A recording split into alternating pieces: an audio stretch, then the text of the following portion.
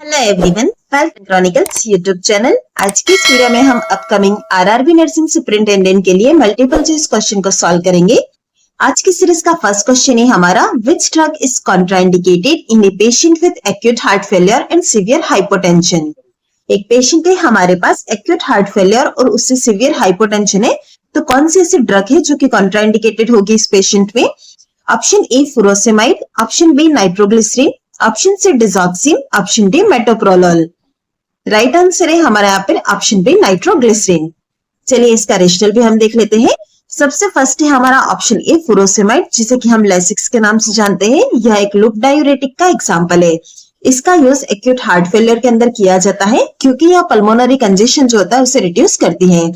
लेकिन इसे यूज करना केयरफुली होता है बहुत ही ज्यादा, तो यह कॉन्ट्राइंडिकेटेड तो नहीं है। ऑप्शन बी नाइट्रोग्लिसरीन जो कि हमारा राइट आंसर है। नाइट्रोग्लिसरीन वाजोडाइलेशन करती है जिससे कि बीपी लो होता है। अगर हमने सीवियर हाइपोटेंशन ऑलरेडी प्रेजेंट है वहां पर हमने नाइट्रोग्लिसरीन दे दिया तो कंडीशन और ज्यादा वर्स्ट हो जाएगी। इसीलिए सीवियर हाइपोटेंशन जैसी कंडीशन के अंदर नाइट्रोग्लिसरीन का यूज करना कॉन्ट्राइंडिकेटेड रहता है। ऑप्शन सी के अंदर हमें दिया गया डिजॉक्सिन। डिजॉक्सिन कार्डियक कॉन्ट्रैक्टिलिटी को इंप्रूव करता है। डिजॉक्सिन पे यहाँ पर कॉन्ट्राइंडिकेटेड नहीं है।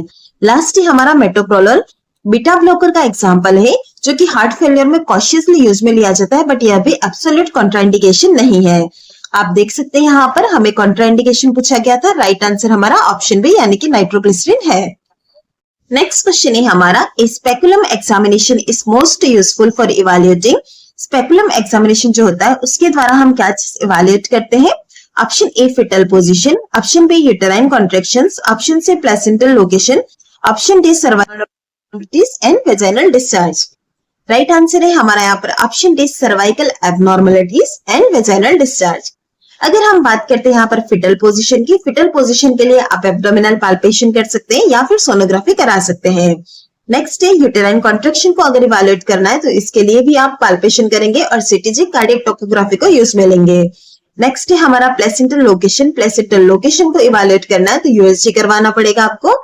ऑप्शन डी जो कि हमारा राइट आंसर है।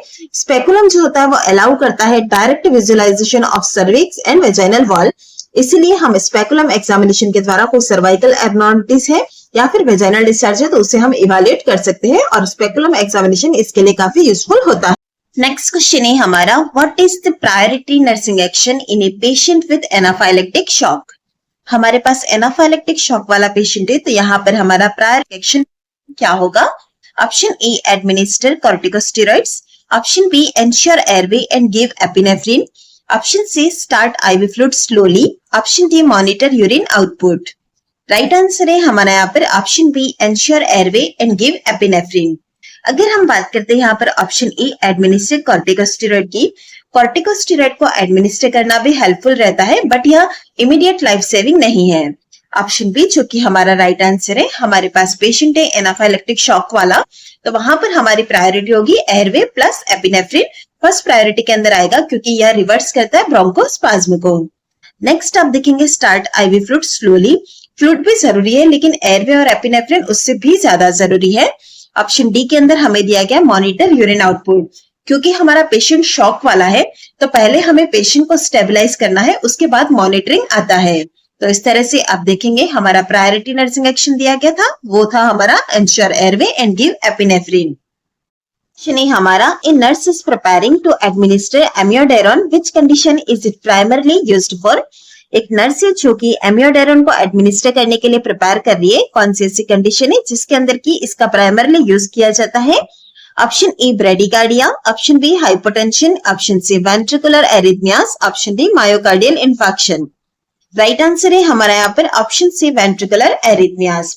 अगर हम बात करते ब्रेडिकार्डिया की, ब्रेडिकार्डिया की कंडीशन और ज्यादा वर्स्ट हो जाती है। हाइपोटेंशन की बात करें तो एमियोडायरोन के साइड इफेक्ट के तौर पर हमें हाइपोटेंशन भी देखने को मिलता है, तो हाइपोटेंशन के अंदर भी इसका प्राइमरली यूज नहीं होता है। एमियोडायरोन जो होती है वो वेंट्रिकल एरिथमिया की कंडीशन के अंदर मेन इंडिकेशन रहता है इसको यूज करने का। और लास्ट है हमारा मायोकार्डियल इन्फेक्शन। एमआई के अंदर भी एज ए प्राइमरी ट्रीटमेंट इसे यूज में नहीं लेते हैं। हमारा which assessment is most critical for a patient receiving IV vancomycin. एक पेशेंट है जो कि आईवी वैंकोमाइसिन रिसीव कर रहा है, इस पेशेंट के अंदर कौन सा ऐसा असेसमेंट होगा जो कि मोस्ट क्रिटिकल है? Option A assessing for hyposensitivity, option B monitoring for red man syndrome, option C checking for tinnitus, option D evaluating for constipation. Right answer है हमारा यहाँ पर option B monitoring for red man syndrome. Option A के अंदर हमें दिया गया है असेसिंग फॉर फोटोसेंसिटिविटी। फोटोसेंसिटिविटी जो होता है वो वैंकोमाइसिन के साथ एसोसिएट नहीं होता है। ऑप्शन बी जो कि हमारा राइट आंसर है, वैंकोमाइसिन के साथ रेडमैन सिंड्रोम होने का रिस्क रहता है, जिसके अंदर आपको फ्लशिंग, हाइपोटेंशन और इचिंग जैसी कंडीशंस हो सकती हैं। अगर वैंकोमाइसिन को रैपिडली इन्फ्यूज किया तो वहां पर रिस्क और ज्यादा बढ़ जाता है रेडमैन सिंड्रोम का। नेक्स्ट आप देखेंगे option C checking for tinnitus. Tinnitus immediate reaction नहीं होता है वैंकोमाइसिन का। और लास्ट है हमारा option D evaluating for constipation. Constipation भी वैंकोमाइसिन के साथ एक मेजर साइड इफेक्ट के तौर पर हम कंसीडर नहीं करते हैं। नेक्स्ट क्वेश्चन है हमारा the most appropriate intervention for a patient with a potassium level of 6.2 milliequivalent per litre is. एक पेशेंट है हमारे पास जिनका पोटेशियम का लेवल हमें दिया गया है 6.2 मिली इक्विवेलेंट पर लीटर, मतलब कि हाइपरकैलेमिया का कंडीशन है। तो इस पेशेंट के अंदर हमारा मोस्ट एप्रोप्रिएट इंटरवेंशन क्या होगा?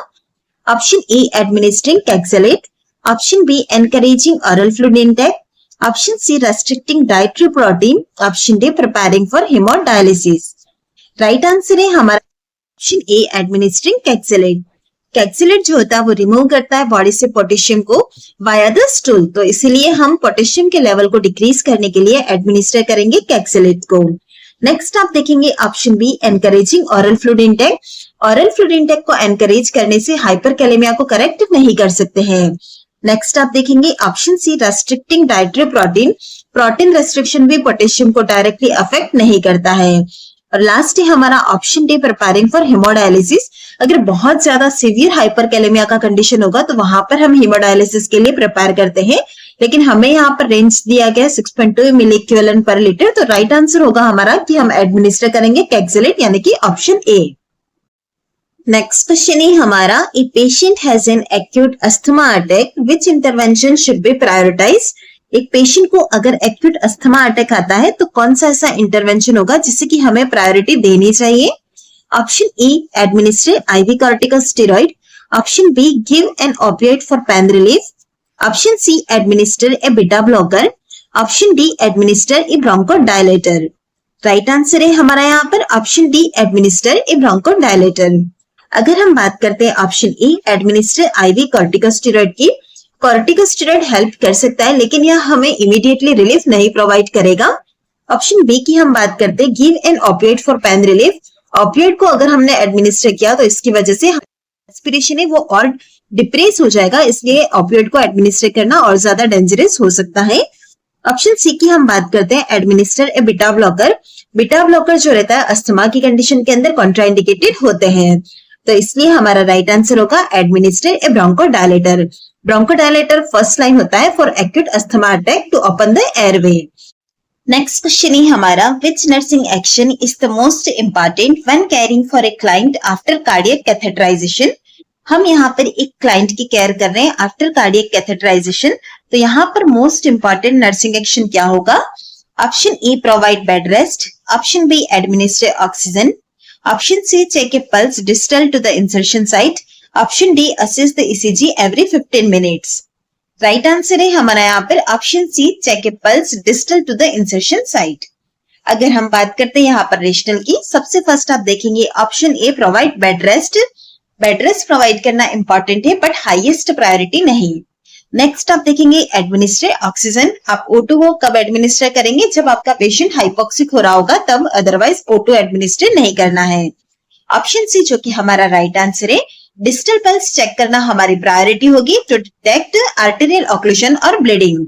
नेक्स्ट आप देखेंगे assist the ECG every 15 minutes. ECG भी हेल्पफुल है लेकिन हमारा जो सबसे फर्स्ट प्रायोरिटी रहेगा वो होगा कि हम वेस्कुलर असेसमेंट करें, यह ज्यादा क्रिटिकल होता है। Which drug reverses benzodiazepine overdose? Benzodiazepine overdose को रिवर्स कौन सी ड्रग करेगी? अगर सिंपली हम बोले तो यहाँ पर हमें एंटीडोट पूछा गया है। Option A naloxone, option B flumazenil, option C atropine, option D protamine. Right answer होगा हमारा यहाँ पे ऑप्शन बी फ्लुमाजेनिल। फ्लुमाजेनिल जो होगी वो रिवर्स करेगी बेंजोडाइजेपिन ओवरडोज के इफेक्ट को।